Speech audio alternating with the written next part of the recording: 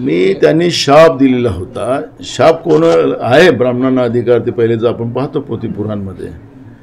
पण हे ब्राह्मण मटण खाणारे ब्राह्मण आहेत, त्यांचा शाप लागत नाही हे त्यांना सल्ला दिली. माझा मित्र आहे तो. कुठं बघितलं का तुम्ही मटण खाताना? आम्ही खाल्ल्यासोबत. त्यामुळे या पद्धतीचं विभाजन, तुम्ही अगर सक्षम प्रधानमंत्री होतात 5 वर्ष तर तुम्ही काय केलात?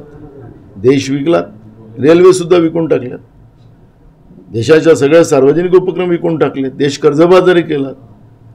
पुलवामासारखी घटना घडून त्या ठिकाणी अजूनही आम्हाला कोण होते ते मारणारे अजूनही कुठं समोर आले नाही. सांगायचं तात्पर्य की तुम्ही अगर इथं 5 प्रधानमंत्री होता पण तुम्ही सक्षम 10 वर्ष प्रधानमंत्री होता, तर तुम्ही या देशामध्ये कोणता उजेड पाडलात महाराष्ट्राच्या भाषेत ते त्यांनी सांगावं ना. पण अशा पद्धतीचं तिथं 5 होणार आहे, मी एकटाच होतो. हो, एकटाच होता म्हणून नोटबंदीचा निर्णय एकटाच घेतलात तुम्ही. ते तुमच्या मंत्रिमंडळाच्या लोकांना माहिती नाही. त्यांचे मोबाईल तुम्ही सगळे लपवून ठेवलेले होते. जे पाप केलं, देशातला नव्हे तर जगातला सगळ्यात मोठा भ्रष्टाचार कुठला असेल तर ते नोटबंदी आहे.